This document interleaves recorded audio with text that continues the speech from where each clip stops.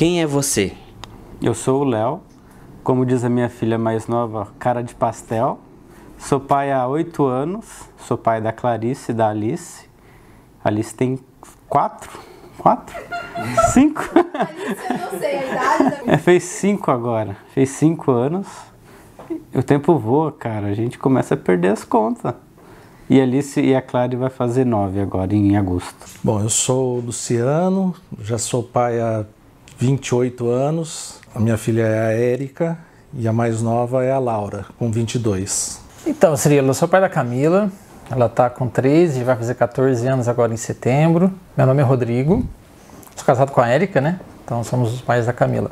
E eu sou aquele pai que tenta agradar, mas às vezes puxa a orelha de vez em quando. Mas para mim é um privilégio ser pai da Camila, que tá com 13 anos na idade da adolescência, né?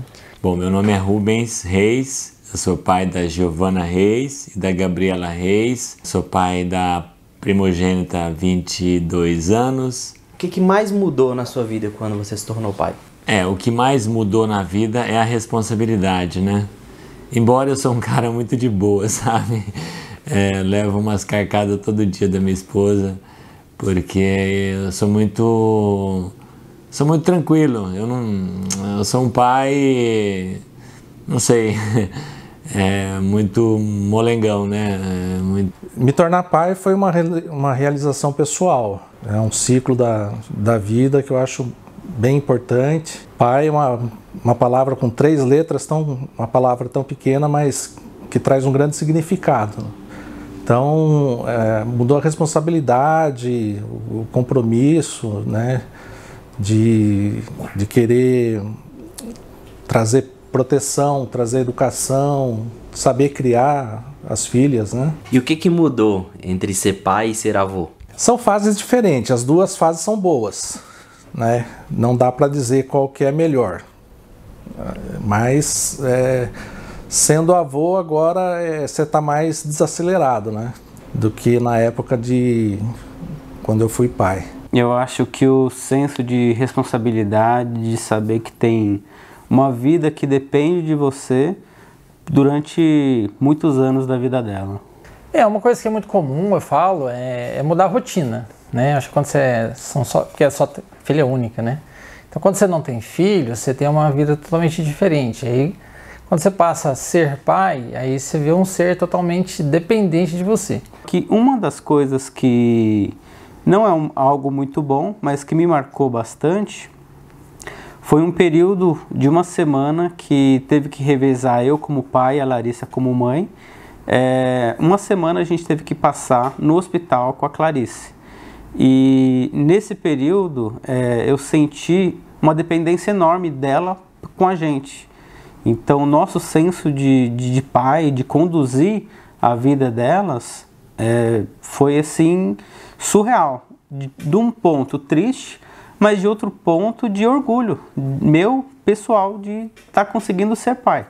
Bom, em tudo na vida a gente tem os momentos bons, tem os momentos de dificuldades também, né?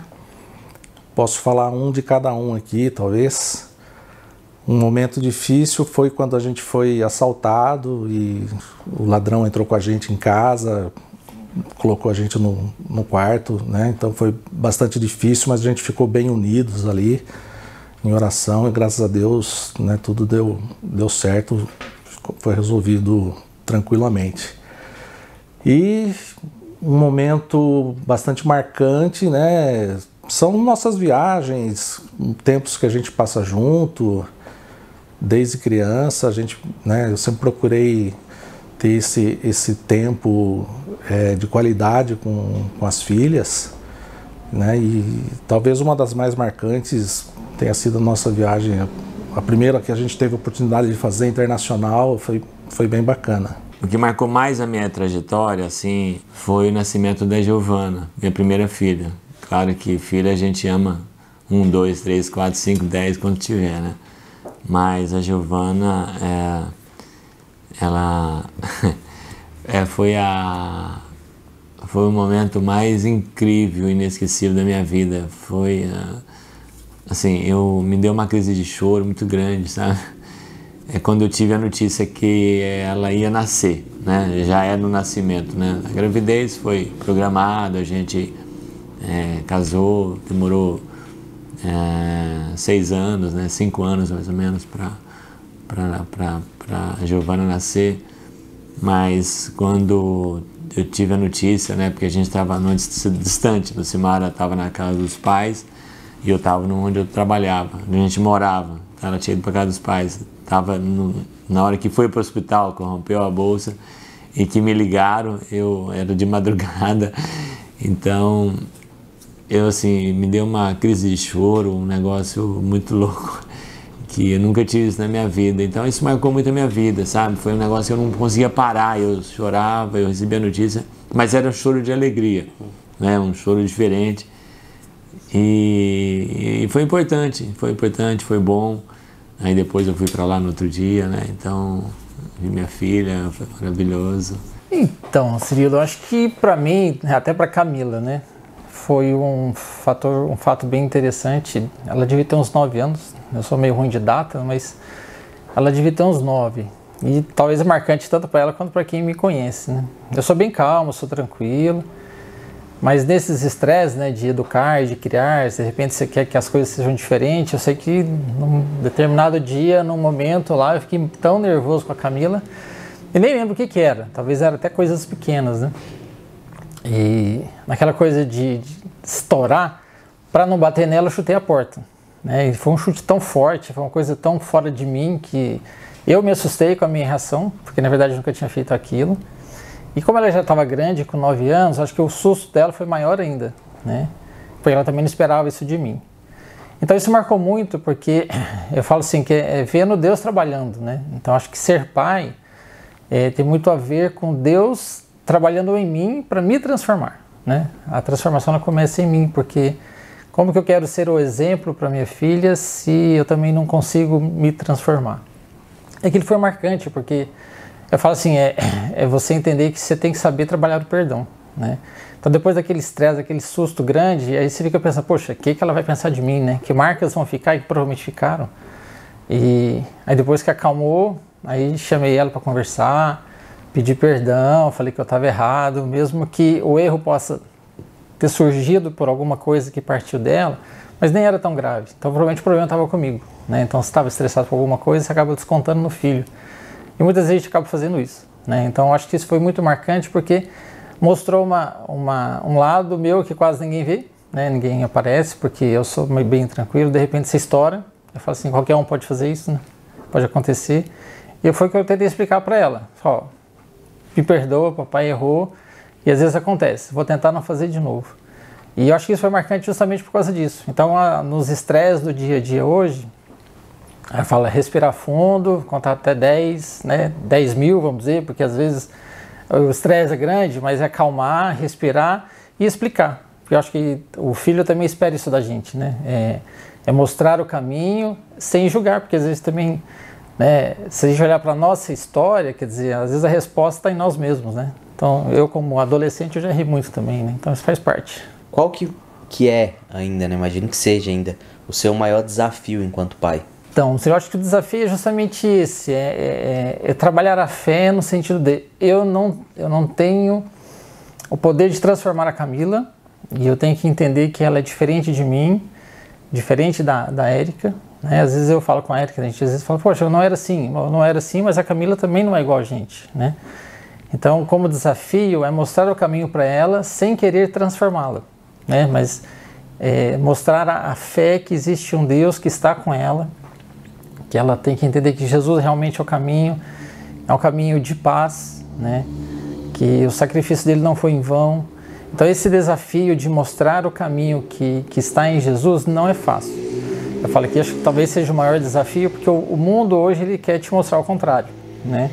De repente que Deus não existe, ou que não é tão bem assim, você tem que procurar sua felicidade, mas eu acho que mostrar esse caminho de Jesus no mundo de hoje talvez seja o maior desafio como pai. O maior desafio foi passar assim, um exemplo de vida para elas, né? Tanto no aspecto cristão, né? Educá-las no caminho de Deus. Procurei sempre fazer o melhor, né? Não, eu acho que não existe pai perfeito, né? Devo ter errado em muitas coisas, mas eu tentei fazer o meu melhor. E qual que é o seu maior medo quando você pensa nas suas filhas? O meu maior medo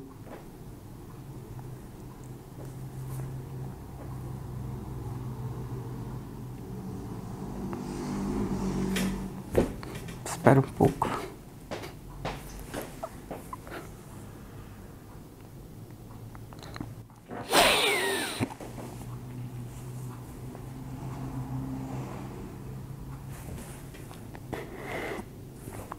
Espera um pouquinho. Eu acho que o meu maior medo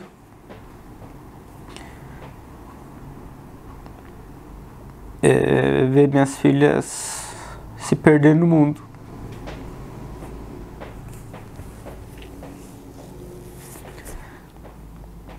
Esse é o meu maior medo.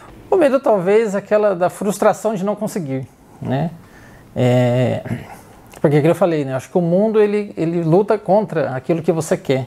Qual que é o sonho que você tem pro futuro dela, pra vida dela? Então, seria uma coisa que eu trabalho comigo mesmo, né? Que eu falei assim, eu não posso querer forçar nada a Camila. Então, o que eu trabalho até hoje, que ela tem 13, né? Já está na época de talvez pensar numa profissão, que ela já fala que quer ser alguma coisa. Eu falo muito para ela, se Deus está com ela, para ela pensar bem naquilo que ela gosta, né? Não partir do princípio do que o dinheiro vai trazer, do que pode ser famoso, porque isso tudo é passageiro. E o dinheiro é uma consequência natural né, de um trabalho, por exemplo, mas para ela pensar que aquilo que eu tenho aprendido e tenho tentado viver, né, eu tenho que estar contente, feliz comigo, né, porque Deus está comigo. Então não jogar uma responsabilidade ou uma esperança, uma alegria daquilo que está fora dela.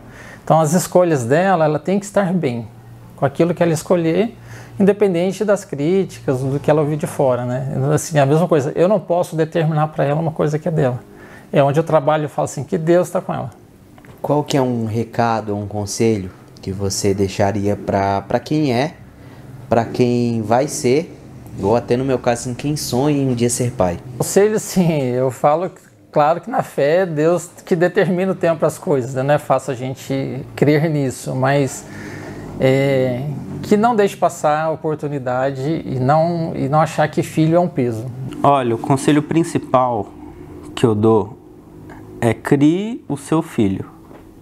Não deixe que um celular crie ele, uma televisão, um amigo ou uma babá. Crie você, o seu filho. Ter o filho é muito fácil, mas criar um filho é muito difícil. Olha, o recado e o conselho que eu deixo, que a gente tem que realmente ter a regra, ter a disciplina, mas aproveitar cada momento, porque passa muito rápido. Você vê, eu trouxe a Giovana para Campinas e ela veio com 5 meses. Hoje minha filha tem 22 anos. Então, assim, é uma bênção.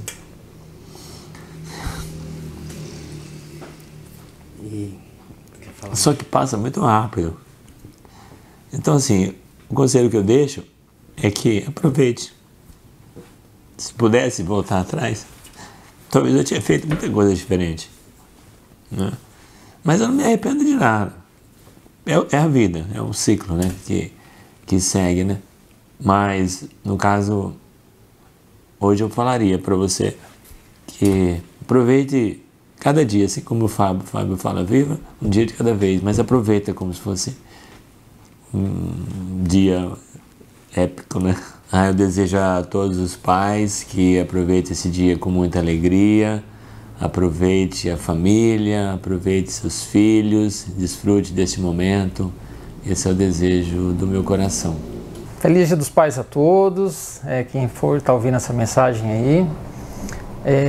Eu falo que Dia dos Pais talvez a gente acaba recebendo presente, né? Mas eu acho que o presente, eu falo que a gente deveria dar aos filhos, né?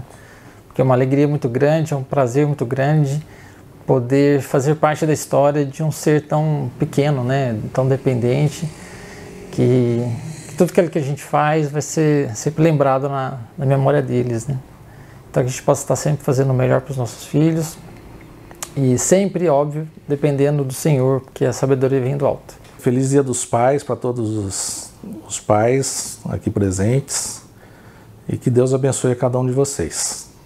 E para todos os pais chorões, assim como eu. Feliz Dia dos Pais.